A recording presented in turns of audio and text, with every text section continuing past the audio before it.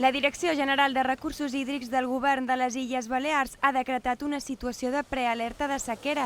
Per això, l'Ajuntament de Santa Eulària ha decidit implementar una sèrie de mesures per conscienciar els ciutadans i reduir el consum d'aigua dins del Pla de Prealerta Municipal.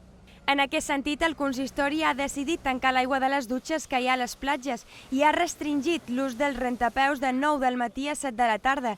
A més, s'ha localitzat el rec als jardins municipals que tenen més consum i s'ha fet una campanya especial de conscienciació i raciocini de l'ús de l'aigua entre els grans consumidors. A més, el Servei Municipal d'Aigües ha posat un límit de consum diari en aquests grans consumidors que, un cop superat, se'ls rebaixa el cabal subministrat. Són mesures que es fan per preservar el servei a tots els ciutadans en aquesta època que s'incrementa de manera exponencial la demanda.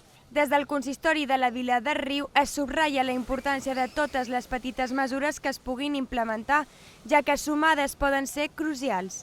A més, Santa Eulària insisteix en que s'han d'enviar els missatges necessaris perquè tots siguem conscients de la importància que té l'aigua per al nostre entorn, que és un bé molt important i que ara mateix és escàs.